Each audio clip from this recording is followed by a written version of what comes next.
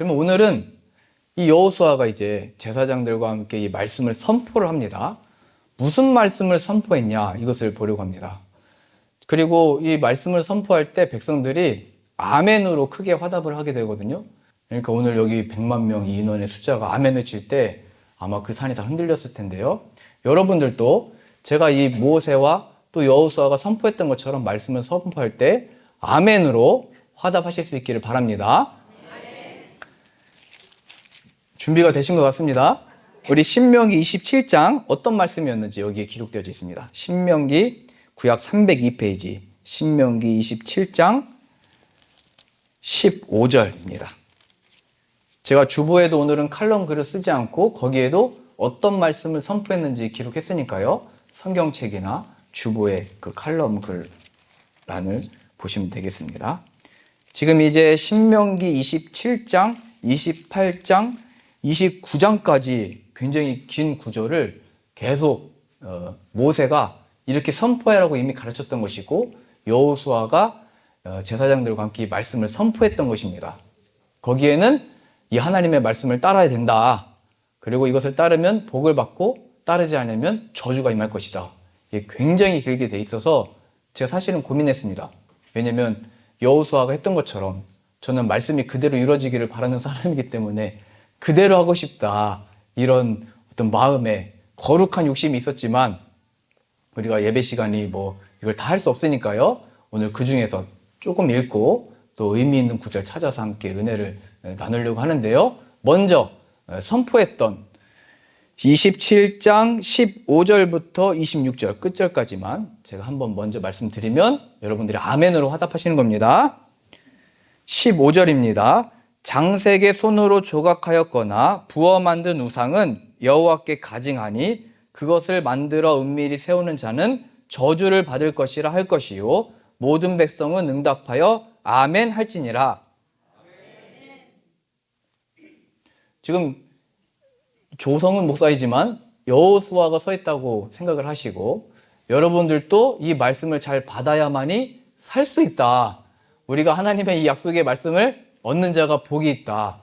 이 약속의 말씀에서 떨어지면 저주가 임한다. 이런 두려움과 떨림으로 크게 아멘 하실 수 있기를 바랍니다. 16절입니다. 그 부모를 경홀히 여기는 자는 저주를 받을 것이라 할 것이요 모든 백성은 아멘 할지니라. 역시 부모님들이 크게 아멘 하시네요. 자녀들이 이거 기억해야 됩니다. 부모를 경홀히 여기면 안 된다.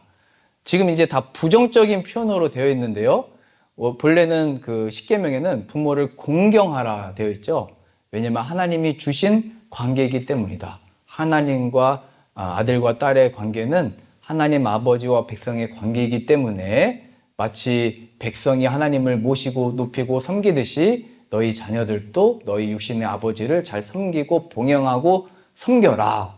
이렇게 나타내는 것입니다. 근데 여기 계속 부정적인 표현 있잖아요.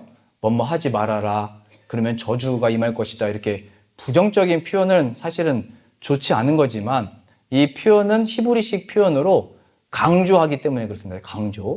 강조하고자 지금 부정의 표현을 쓰고 있다는 것을 기억하시면서 크게 아멘 하실 수 있기를 바랍니다. 17절입니다.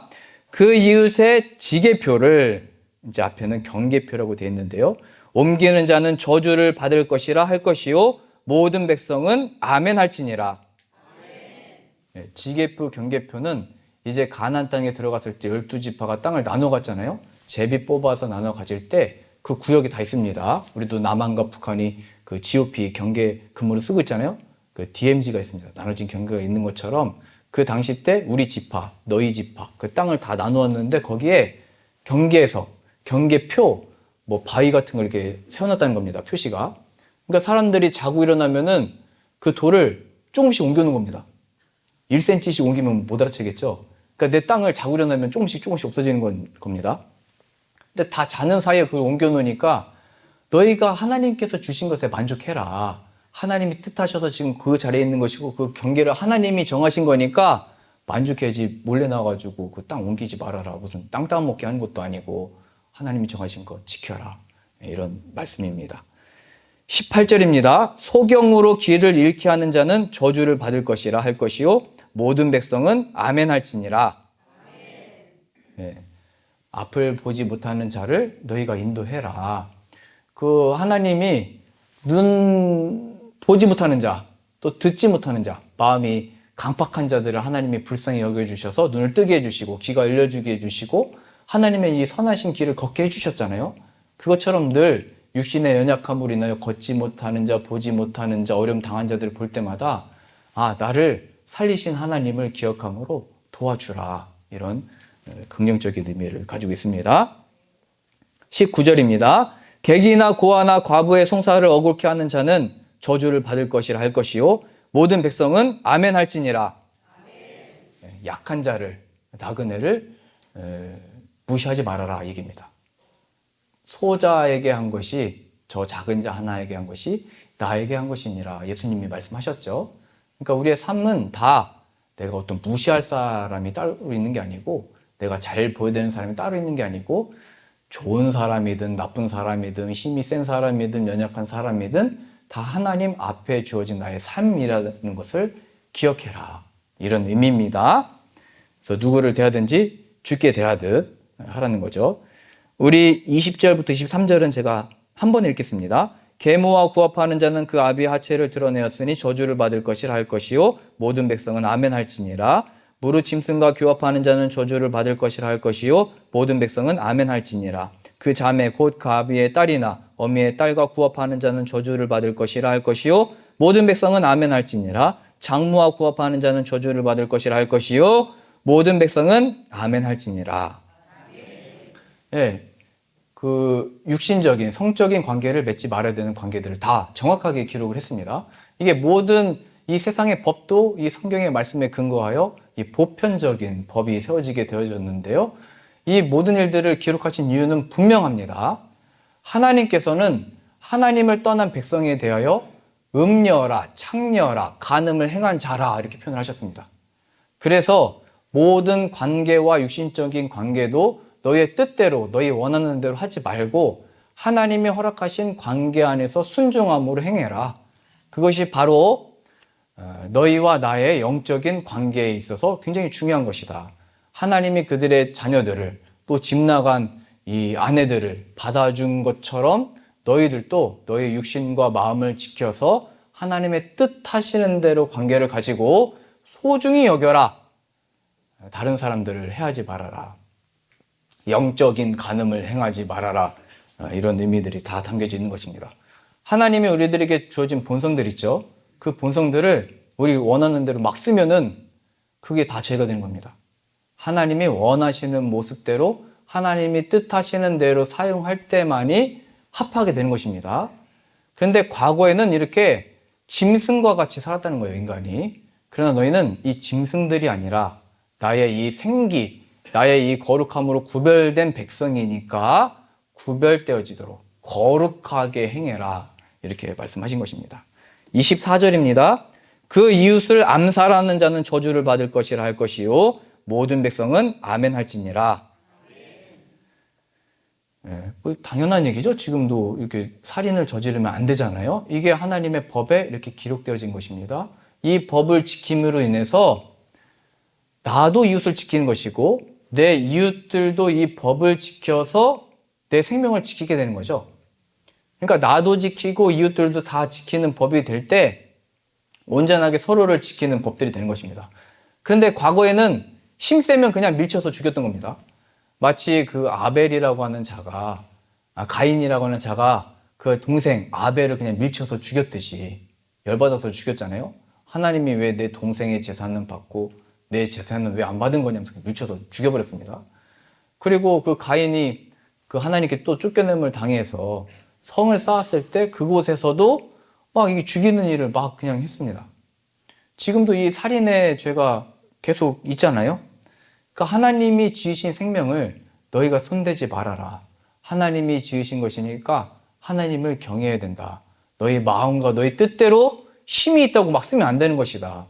그러한 의미에서 우리들에게 주어진 생명이나 힘이나 능력이 하나님께로부터 주어졌다는 것을 기억해야 되고요.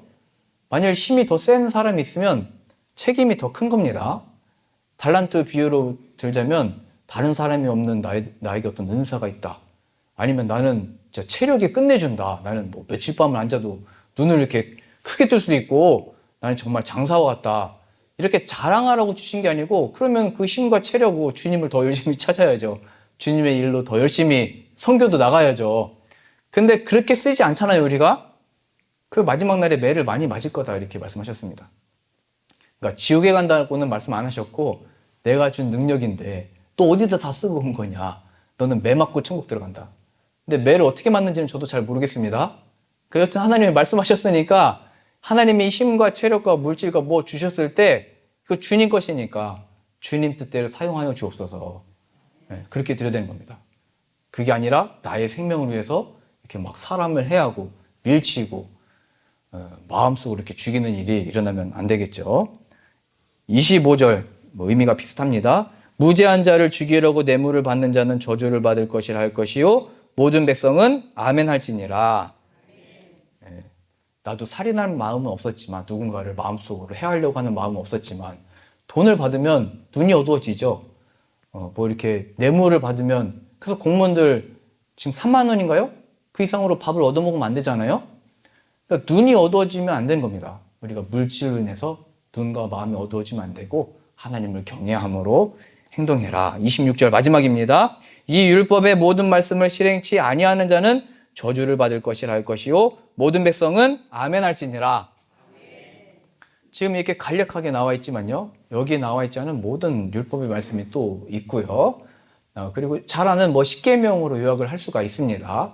그리고 뒤 이어 나오는 28장, 29장 말씀에서는 이렇게 행하면 복을 받고 나가도 복을 받고 들어와도 복을 받고 내가 있는 곳이 다 복을 받고 내가 가는 곳마다 형통하리라 이렇게 말씀하신 것이고요. 그렇지 아니하면 형벌이 임하고 심판이 임하고 질병이 임할 것인데 머리끝부터 발끝까지 질병이 임할 것이다. 그리고 마음에는 우울감이 들 것이다. 모든 종기가 나타날 것이다.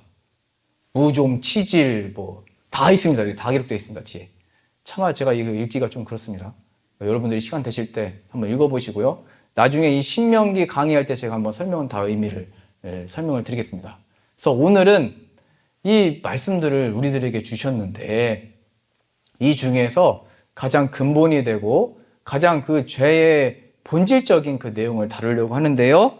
15절 말씀 다시 한번 보겠습니다. 15절입니다. 장색의 손으로 조각하였거나 부어 만든 우상은 여호와께 가증하니 그것을 만들어 은밀히 세우는 자는 저주를 받을 것이라 할 것이요 모든 백성은 응답하여 아멘 할지니라. 이게 첫 표현된 내용입니다. 우상을 만들지 말라. 하나님이 모세를 통해서 십계명의 율법을 주셨을 때도 첫 계명이 바로 우상을 만들지 말라. 위로 하늘에 있는 것이나 아래로 땅에 있는 것이나 땅 아래 물속에 있는 것에 그러니까 뭐 새, 뭐 땅에 있는 어떤 소, 짐승, 개구리 또 밑에 물에 있는 것은 물고기 뭐 그런 것들입니다. 이걸로 우상 만들지 말아라. 그러니까 만들지 말라고 하는 거는 만들고자 하는 본성이 있는 거죠. 뭔가 하지 말라고 하면 또 하고 싶은 마음이 또 사람에게 있거든요. 그리고 이 종교심이라는 게 인간에 다 있습니다. 의지하고자 하는 마음. 뭐 나는 혼자서도 잘해서 할 수 있어요. 이런 사람도 사실은 어렸을 때 부모를 의지하고 부모를 통해서 옷을 입혀주시고 음식을 주시고 다 의지하는 마음이 있는 거죠. 그 부모로부터 사랑을 충분히 받은 자가 나중에 또 사랑을 또 잘 할 수 있는 거고요. 하나님께로부터 사랑받은 자가 사랑을 베풀 수 있는 거잖아요. 그것처럼 뭔가를 의지해서 이 사랑을 가지고 태어났을 때부터 의지하는 마음을 가지고 세상을 살아가게 되는데 인간의 마음에 하나님을 모르면 뭔가를 만들어내더라 하는 것입니다. 뭔가를. 그것이 구약시대 때는 우상이었고요. 이것이 신약시대 때는 정욕과 탐심으로 표현되어 있습니다. 그리고 지금은 이것이 뭘로 나타나냐면 돈으로 나타납니다. 자, 이거를 이제 파헤치려고 하는데요. 구약시대 때 지금 이스라엘 백성들이 하나님의 약속의 말씀을 따라서 가나안을 얻게 되잖아요. 뭐 요단강도 끊어지고 여리고도 그냥 막 돌았더니 무너지고 전투에서도 다 승리를 했는데 이 여호수아서 마지막 장에 가면 여호수아가 무슨 말을 하냐면 너희들 가운데 아직도 우상이 있다. 이 우상을 다 버리고 하나님만 따라라 이 얘기를 합니다. 그러니까 하나님의 백성들이 하나님이 영광의 그 은혜들을 누리고 가나안 땅도 얻고 있었는데 끝까지 버리지 못하는 게 있었는데 그게 바로 우상이라는 거예요. 그러니까 자신이 하나님도 섬기고 또 마음속 은밀한 곳에 내가 은밀히 가지고 싶고 섬기고 싶고 의지하고자 하는 뭔가 또 아직도 남아있다는 겁니다. 그럼 하나님 어떻게 하실까요? 하나님은 질투의 하나님이라고 하셨습니다. 제가 만약에 어떤 여성분들을 둘을 데리고 산다고 생각해봐요. 그럼 백혜란 사람은 어떻게 하겠어요? 난리 나겠죠? 여러분들의 집은 괜찮아요? 큰일 나는 일이거든요. 하나님이 보실 때는 그 두 마음을 품는 게 간음이요 행함이요 난 못 찾는다. 난 질투의 하나님이다. 그래서 다 심판하신다. 저주하신다. 멸해버리겠다 하신 것입니다. 그래서 이 우상을 만들지 말라는 것은 너의 이 나누어진 마음을 나에게 온전히 쏟아내라. 온 마음과 정성과 뜻을 다하여 주 너의 하나님을 사랑해라. 그런데 백성들은 어때요? 마지막 이 하나님의 영광의 가나안 땅을 얻는 순간에도 마음이 하나님을 향하여 온전하지 못하고 어떤 그 우상을 가지고 있었다는 거예요. 우상. 가나안 땅에서 애굽 땅에서 가지고 있던 우상. 또 가나안 땅 갔더니 가나안은 또 가나안의 신들을 또 섬기며 그 우상을 또 가지고 있었고요. 이게 왜 그런 거냐? 무엇 때문에 그런 거냐? 애굽에서 종으로 살았을 때는 이 사람들이 어떻게 이렇게 잘 살고 있지? 어떻게 이렇게 높은 건물을 짓고 살고 있지? 어떻게 이런 힘을 가지고 있지? 이들이 개구리를 섬기고 있었구나. 소를 섬기고 있었구나. 뭐 물고기를 섬기고 있었구나. 그런 모든 형상들을 그래서 하나님이 재앙으로 다 무너뜨린 겁니다. 개구리가 나오게 하고 파리가 나오게 하고. 그 이유가 뭐냐면요.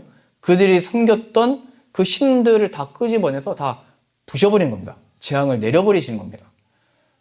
그러니까 그 애굽 땅에서 섬겼던 그 신들을 버렸어야 되는데 이스라엘 백성들은 아직도 못 버린 거죠. 가나안 땅 가서는 또 가나안은 또 어떻게 살아야 되는 거냐? 여기서는 그 바벨 신을 섬겨야 되는 거구나. 아세라 신을 여신을 섬겨야 되는 거구나. 그래가지고 또 이방 신을 또 거기 있는 신을 또 섬기게 된 것이죠. 저로 보자면 인천에 왔는데 인천은 어떻게 지내야 되는 거냐? 또 누구한테 잘 보여야 되는 거냐? 또 뭘 해야 되는 거냐? 어디 가서 뭘 찾아가야 되냐? 이런 걸 의미하는 거예요. 그러니까 이 우상이라고 하는 게 뭐냐면 어떤 신, 어떤 걸 만들어서 섬긴다는 의미이기보다 나를 위하여 내가 의지하고자 하는, 내가 유익을 얻고자 하는 내 마음의 어떤 표현들을 의미합니다. 내가 이 땅에서 살려면 이걸 가지고 있어야 마음이 평안해. 내가 이 땅을 두렵고 걱정과 염려가 있는데 내가 이것만 하면 마음에 위로가 있어. 내가 그래도 이거가 있으니까 인생을 포기하지 않고 살아간다라고 하는 그 어떤 것, 의지하는 바가 바로 우상인 겁니다. 우상. 그런 의미에서 성경에서는 우상은 어떤 형상이나 어떤 모양이 아니고 나를 섬기면서 살아가는 것을 의미합니다. 나. 그것을 신약에서는 정욕과 탐심. 그 정욕은 내가 지금 이루고자 하는 것, 얻고자 하는 것, 이루어야만 하는 것, 그것을 내가 취하면 만족을 얻을 것 같은 것, 그게 바로 정욕입니다. 탐심은 그래서 그것을 이루기 위하여 취하는 것 의미하는 거죠. 내가 나의 만족을 위하여 살아가는 그것이 바로 우상을 섬기는 삶입니다. 하나님을 섬기며 높이며 경배하는 것이 아니라 내 생명과 내 유익과 내 자기 만족과 이것을 위해 살아가는 것이 우상을 섬기면서 사는 거예요. 나를 섬기면서 사는 것. 이게 바로 첫 인류였던 아담과 하와가 지었던 죄입니다. 뱀이 와서 얘기했잖아요. 저거 먹으면 하나님처럼 눈이 밝아지고 하나님처럼 될 거다. 그래서 그것은 바로 자기 자신을 섬긴 것입니다. 내 뜻대로 먹으면 하나님처럼 된다. 하나님처럼 될 것 같다. 자기 만족을 얻는 것입니다. 그러니까 아담도 그 하와의 말을 따라서 선악을 알게 하는 나무 열매를 먹었죠. 내가 나의 주인이요 나의 생명을 위하여 나를 위하여 못할 일이 없다. 우상 숭배, 자기 자신을 섬기는 것, 그것을 가리키는 것입니다. 그래서 지금 성경은 누구에게나 이 우상 숭배적인, 지금 뭐 누가 어떤 상을 만들거나 뭐 부처상을 만들거나 이렇게 섬기고 모시고 그런 분들이 있지만 우리는 그러진 않잖아요. 그러나 그 의미는 나를 위하여 그것을 하더라. 이걸 보여주는 겁니다. 그래서 하나님의 이 말씀은 나를 위하여 행하는 그 모든 것들 다 죄라고 얘기하는 것입니다. 나쁜 일들도 죄지만 착한 일들도 나를 위하여, 내 명예를 위하여, 내 이름을 위하여 행하는 그 모든 것들이 죄라고 표현되어 있는 것입니다. 그 오늘 이 우상을 만들지 말라. 그러니까 만들었죠. 계속 섬겼죠. 자기 자신을 위해서 살아가는 이 본성들이 있었던 것입니다. 저는 어렸을 때부터 교회에서 자라가지고요. 저는 항상 하나님만을 섬기며 높이며 그렇게 산다고 생각을 했거든요. 그래서 제가 우리 수요예배 때도 한번 예화를 드렸는데 그 학교에 갔다 오면은 제 가방 안에 편지가 있는 거예요. 그 편지에서 막 향기도 나거든요. 그 향기가 왜 나는지 모르겠는데 그 마음이 이제 사춘기가 되니까 그 편지 한번 열어보고 싶어서 그랬던 것 같은데요. 근데 교회에서 항상 여자를 조심해야 된다. 마음을 뺏기면 안 된다. 하나님께 정결한 마음으로 드려야 된다. 그래서 늘 정결한 마음 주시옵소서 오 주님 하면서 편지를 다 찢어버렸습니다. 내 마음을 뺏기면 안 돼. 근데 또 어느 날은 또 편지가 너무 읽고 싶어가지고 그냥 불태워버렸습니다. 그 마음을 지키는 게 굉장히 어렵더라고요. 그러다가 저 중학교 때 이제 학교에서 선생님이 그 큰 이만한 선물 하나 들고 오셨어요. 야, 내가 이 선물 큰 걸 받았는데 우리 친구들 중에서 가장 착한 애한테 이거 선물로 주고 싶다. 우리 반에서 누가 제일 착하냐. 그랬더니 한 명 친구하고 제가 추천을 받았어요. 그래가지고 그 선물을 보는 순간 그 착한 사람한테 선물을 준다는데 순간적으로 시험이 든 거예요. 왜냐면 이게 착한 사람이면 양보를 해줘야 양보하는 사람한테 저 선물을 주실까? 아니면 그냥 저 선물을 얻기 위해서 어떤 뭘 해야 되나? 어필을 해야 되나? 근데 자꾸 이제 선생님은 그럼 둘 중에 누가 착하냐? 누가 이 선물을 받기에 합당하냐? 그럼 제가 그러면 멋있게 그냥 양보하든지 그래야 되는데 자꾸 그 선물이 제 마음에 그때 확 들어온 거예요. 저 선물 갖고 싶다. 선물 받고 싶다. 그러면서 제가 시간을 끌다가 선생님한테 이렇게 얘기했습니다. 선물 이왕 가져오셨는데 가위바위보로 정했으면 좋겠습니다. 그래가지고 제가 가위바위보 해가지고 이겨가지고 그 선물을 받았잖아요. 그리고 나서 제 안에 전 본래 선물에 관심이 없었는데 그 어떤 여자의 편지도 다 찢어버렸는데 눈앞에 보이니까 이게 제 안에 그게 있다는 걸 발견했습니다. 보이니까 갖고 싶다. 저것만 내가 얻으면 만족을 얻을 것 같고 내가 만족을 얻고 정말 좋을 것 같다. 이게 한번 몰입되니까 아무것도 뭐 보이지도 않고 들리지도 않고 그냥 오직 그것만 얻기 위해서 그게 바로 이 정욕을 인해서 그것을 취하고자 하는 마음, 그 탐심으로 인해서 나 자신을 섬기는 순간이 된 것입니다. 경배하고 섬긴다는 게 뭐 딴 게 아니고요. 내가 휴대폰 오늘 하루 샀는데 오늘 하루 만에 바닥에 떨어져가지고 막 깨지고 기스가 났어요. 그럼 여러분들이 마음이 아파요, 안 아파요? 별거 아니에요? 뭐 다른 걸로 할까요? 내가 정말 보물을 받았는데 보물이 막 떨어져서 막 깨졌어요. 그럼 마음이 아파요, 안 아파요? 아프다고 해주세요, 그냥. 저 좀 도와주세요. 아프죠? 그게 바로 섬기며 경배하는 거예요. 그 결과가 뭐냐면 내 안에 결국에는 그것이 내 마음 속에 들어왔고 내 마음에 합하도록 그것 때문에 울기도 하고 그것 때문에 좋아하기도 하고 그것 때문에 살기도 하는 이유가 돼버린 것. 자기 자신을 위해 살아가는 게 바로 다 우상이 되는 겁니다. 그게 자녀가 될 수도 있고 그것이 그 어떤 물건이 될 수도 있고 뭐 상관없어요. 그걸 신약식으로 한마디로 정욕과 탐심이라고 얘기를 했던 거예요. 저도 그 선물을 보자마자 그게 확 들어와가지고 내가 지금까지 신앙의 어떤 지조라든지 신념이라든지 상관이 없어요. 그냥 그거 얻으면 될 것 같은데 이 마음에 빠졌던 거죠. 제가 고등학교 때도 이런 시험에 한번 들었는데요. 저는 항상 회장, 뭐 반장 이걸 했거든요. 그런데 언젠가는 그 경쟁할 만한 애가 나와가지고 투표를 하게 됐어요. 투표를 했는데 제 표랑 그 친구 표랑 똑같이 나왔어요. 그러면 제가 계속 해왔으면 이제 한번 양보할 만도 하잖아요. 근데 제 마음에 이거 뺏기면 안 돼. 나 교회학교에서 절대 꼬리가 되면 안 되고 머리가 돼야 된다. 이렇게 배워왔거든요. 그래서 반장 이거 얻기 위해서 어떻게 되나 고민하다가 또 반장 뽑는데 가위바위보 하자고 하기는 그렇고 그래서 제가 투표를 다시 합시다. 그랬어요. 그래서 투표를 다시 해가지고 제가 몇 명을 섭외를 했겠죠. 야, 나 반장 뽑아주면 이렇게 할 테니까. 못할 일이 없다는 걸 제가 발견했어요. 내가 목표한 바를 이루기 위해서 그게 바로 저 자신을 섬기는 겁니다. 제가 뭐 우상은 아니지만 저를 섬기면서 그렇게 살아가는 거죠. 자신의 유익과 목적과 뜻을 따라서 행하는 그 모든 것이 바로 10계명의 1계명이에요. 이 인생에서 가장 불쌍하고 고통받는 인생이고 그 끝에 가서 너희가 얻는 것이 무엇이냐? 허무함과 흑암과 공허와 우울함과 그 자유함을 얻지 못하는 인생, 불쌍한 인생이다. 그러니 어떤 형상이든지 너의 정욕과 탐심으로 만들어내지 말고 나에게로 와라. 내가 너의 섬길 바요 경배받을 대상이다. 왜냐하면 내가 너희를 그렇게 지었기 때문이다. 하나님의 목적하신 바대로 살아가는 것이 가장 기쁘고 가장 행복하고 가장 즐거운 길입니다.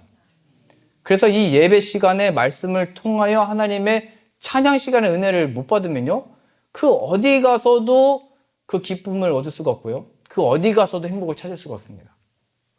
제가 뭐 말레이시아에서도 살고 폴란드도 살고 독일도 살고 뭐 영국도 다니고 뭐 그랬다고 했잖아요. 그럴 때마다 사람들이 묻는 게 있다고 제가 이미 예화를 드렸잖아요. 목사님 그 애들도 물어봐요. 어떤 나라가 제일 좋아요? 어디 가야 뭐가 맛있어요? 뭐 거기는 좀 더 뭐가 있어요? 뭐 스페인 가면 뭐 축구 선수 만날 수 있어요? 뭐 그런 얘기를 다 해요. 그 어디가 제일 좋으냐고 물어보는 거죠. 말레이시아는 제가 도착하니까 그냥 평균 기온이 38도, 겨울에도 36도, 그래서 막 땀이 막 줄줄 나고, 폴란드 갔더니 영하 막 체감 기온이 영하 10도, 영하 15도 막 이랬거든요. 막 왔다 갔다 했어요. 그래서 사실은 어디 좋고 나쁘고 이게 없어요. 그냥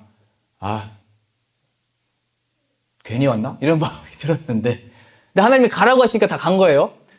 근데 갔는데 하나님이 함께 계시고 이 말씀의 복음의 선포의 자리니까, 은혜 받으니까 거기가 천국과 같은 거죠. 거기가 바로 하나님이 살아계시는 곳이고 하나님이 역사하시는 곳이고 천국을 맛보는 자리니까, 말레이시아든 폴란드든 독일이든 한국이든 그 어디든 그 어디나 하늘나라 할렐루야 이런 찬양이 있을걸요? 제 찬양 항상 이상하게 불러가지고 잘 못 알아듣시는데 그런 찬양이 있습니다. 하나님이 함께 계시는 그곳이, 여러분들이 이제 가게 된 그곳에 하나님이 함께 계시면 그 은혜들이 영광이 흐르는 곳이 되는 것입니다. 우리가 가는 곳이 복을 받는 곳이 되는 것입니다. 그러니까 저도 그렇게 하나님의 은혜를 다 받은 것처럼 뭐 바른 생활, 사나이 그 별명을 가질 것처럼 행했지만 제 속에는 나 자신을 위하여 그렇게 바르게 살았던 것이고, 나 자신을 위하여 칭찬받으려고, 내가 높임 받으려고, 내가 선물 받으려고 그렇게 살았다는 것을 발견하게 된 거예요. 그러니까 이거를 또 신약에서 뭐라고 표현하냐면요, 이 외식하는 자들아 이렇게 합니다. 외식하는 자들아. 겉으로는 기도하고 금식하고 열심히 하지만 그 속은 다 회칠한 무덤이라는 거예요. 겉은 회를 칠했지만 그 속은 썩는 시체와 같다. 하나님이 보실 때 그랬다는 거예요. 겉으로는 지금 이제 이스라엘 백성들이 요단강도 건너고 전투에서도 승리하고 없던 가나안 땅을 얻게 된 것 같지만, 하나님의 영광을 다 얻은 것 같지만 그 속은 하나님께 있지 아니하고 우상에게 자신을 섬기는 게 있었다는 거예요. 그럼 우리는 이렇게 말할 수 있죠. 아유, 하나님도 섬기고 이 세상에서도 복을 받고 하나님도 또 사랑하고 이 세상도 좀 사랑하면 안 됩니까? 안 된다. 나는 질투의 하나님이다. 온전한 너의 마음을 나는 원한다. 나는 너를 그렇게 지었는데 너의 마음이 구부러졌다. 삐뚤어졌다. 잘못되었다. 너는 그것에서 고침을 받아야만 한다.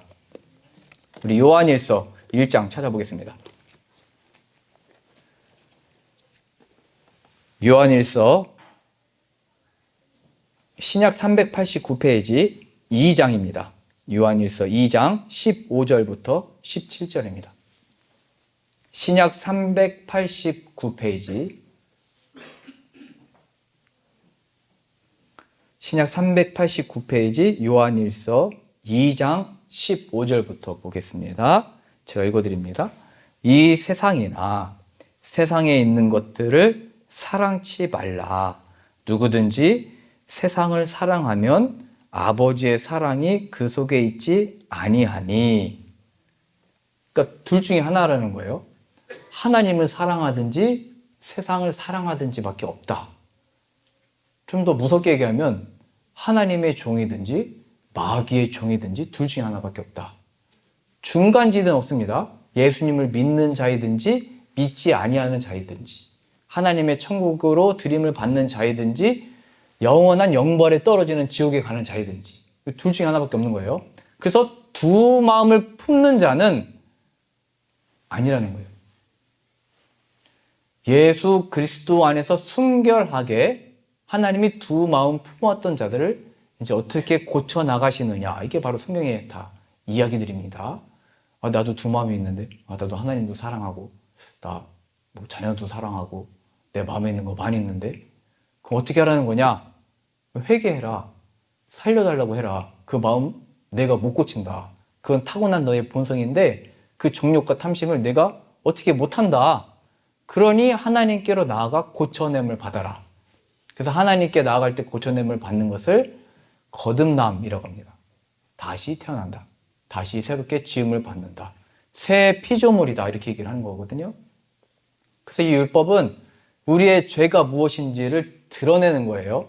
내가 이걸 지킬 수 있다, 못 지킨다, 어떻게 원수를 사랑하냐, 이런 말이 아니고, 원수를 사랑하지 못하는 나를 발견하여 하나님에게로 나아가서 하나님의 크신 사랑을 얻고, 그 사랑으로 인하여 여전히 원수를 바라보기 싫지만 기도할 담력과 힘과 속았던 마귀의 권세에서 예수님의 이름으로 선포할 수 있게 되는 것입니다. 그러니까 세상을 사랑하는 마음 감춰야지, 가려야지, 속일 수는 있습니다. 그러나 하나님 보실 때는 속일 수가 없잖아요. 그 마음을 발견했을 때 하나님 살려주십시오. 이 정욕과 탐심이 십자가에서 함께 소멸되게 해주십시오. 구하시면 하나님이 우리에게 없었던 은혜와 진리와 지혜와 능력으로 채워주셔서 살아나게 하시고 하나님을 온전히 사랑하게 이끄시는 줄로 믿습니다. 16절입니다.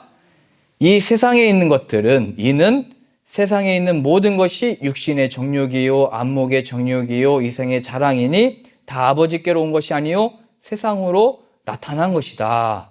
이 세상도 그 정욕도 지나가되 오직 하나님의 뜻을 행하는 이는 영원히 거하느니라. 이 세상으로부터 오는 것들 잘 요약되어져 있는데요. 육신의 정욕, 내 몸이 원하는 그 본성이 있다는 거예요. 육신의 정욕. 안목의 정욕, 눈으로 볼 때, 제가 선물을 볼 때, 뭔가를 볼 때, 여러분들이 그 백화점 가서 뭔가를 딱 봤는데 막 괜히 우리 남편 괴롭게 하잖아요. 막 저 사달라고 막 떼쓰고 저거 안 사주면 막 협박하잖아요. 안목의 정욕이 있다고요. 그게 타고난 거예요. 그러면 우리 남편분들은 아내들한테 제발 그러지 마라 이렇게 하지 말고, 육신이 연약한 자여 내가 당신을 위하여 기도합니다. 그것은 하나님께로부터 난 것이 아니라 세상으로부터 난 겁니다. 내가 사줄 돈이 있으면 사주겠으나 나는 더 큰 사랑을 줄 수 있습니다. 바로 예수 그리스도의 사랑이니이다 하고 복음을 전하면 되는 겁니다. 그러니까 늘 육신의 연약함을 봤을 때 정죄하지 말고 그냥 인정해줘요. 그리고 그걸 뭐 받아들이라는 얘기가 아니고 이해해주고 그것을 도구 삼아서 예수님이 피할 바위가 되시는 거거든요. 큰 돈 쓸 일이 있을 때도 예수님께 피해가지고 복음으로. 네, 그게 우리의 지혜와 능력인 거예요. 육신의 정욕, 안목의 정욕이 딱 몰입되면 아무것도 안 들리는 거예요.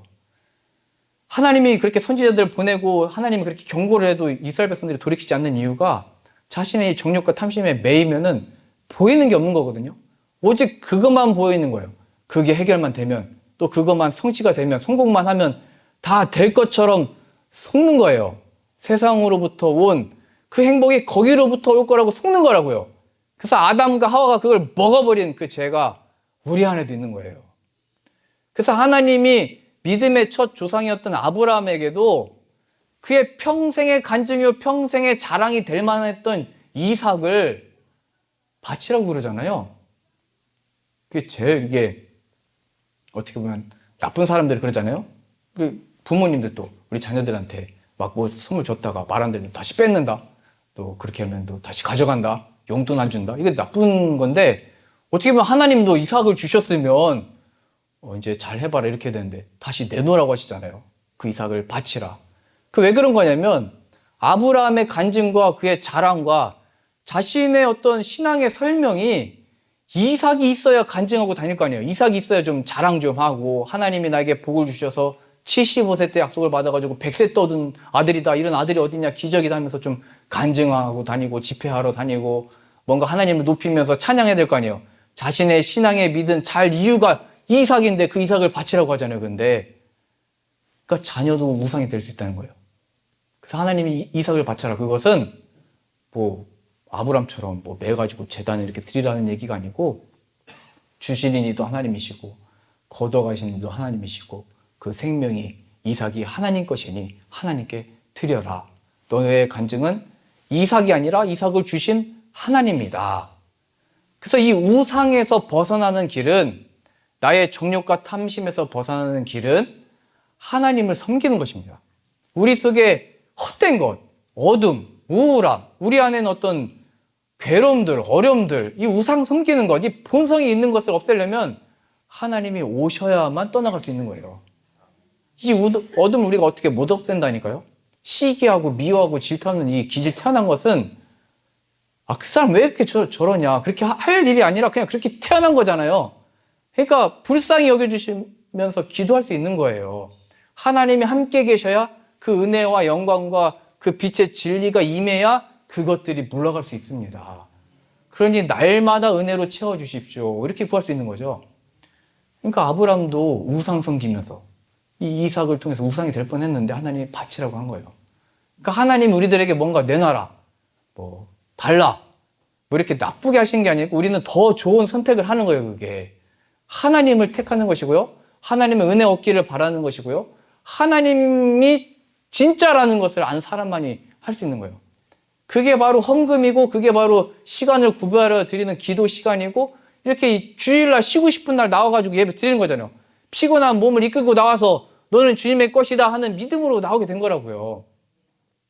그때 우리가 이 하나님의 은혜와 말씀이 임하면 그 어둠과 매임과 우리들로 하여금 죄책감과 그 모든 것들로부터 자유케 하시는 예수님을 얻는 은혜가 있기를 소망합니다. 예수님이 하나님 우리를 회복케 하실 것입니다. 예수님이 우리를 자유케 하실 것입니다. 그러니 모든 매임바, 답답함에 있는 나나 가족이나 자녀나 친구들을 바라볼 때 예수님의 이름으로 나을지어다, 이렇게 외치실 수 있기를 바랍니다. 이제 아마 이렇게 말씀 들었기 때문에 입이 조금 움직이려고 하거든요. 성령님이 임하면은 내가 원하지 않는 말이 막 나올 때가 있습니다. 성령님이 임하시면은 정말 내가 보지 않던 게 막 보이기 시작을 하거든요. 그 첫 시작이 바로 말씀을 볼 때마다 예수님이 보여지는 것이고, 설교 말씀을 들을 때마다 예수님이 들려지기 시작하는 것이고, 내 삶에서 모든 문제와 답답함과 환경 속에서 하나님이 함께 계시다는 것을 느끼기 시작합니다. 그럼 이제 우리가 선포된 말씀대로 이 입이 이제 움직이기 시작할 거거든요. 근데 막 주저주저 할 거예요. 내가 이 얘기를 하면은 내가 지금까지 이미지를 쌓아온 게 있는데 어떻게 될까, 저렇게 될까. 그래서 이제 바울이 얘기한 겁니다. 복음은 부끄러운 것이 아니다. 그것이 진짜고 그것이 너의 진짜 만족이고 구원이니 감사함으로, 기뻐함으로, 즐거움으로 전하여라, 이렇게 말씀하신 것입니다. 그러니 우리의 모든 삶 가운데 모든 우상들을, 나는 하나님을 섬기는 자입니다, 하나님으로 기뻐하는 자이고 하나님으로 만족 얻기 원합니다, 여호와는 나의 목자시니 내게 부족함이 없습니다, 함께 고백하는 저와 여러분들 다 되셔서 우상들은 다 물러나고 하나님만을 온전히 섬기는 저 여러분들 다 되실 수 있기를 소망합니다. 우리 다 같이 일어나셔서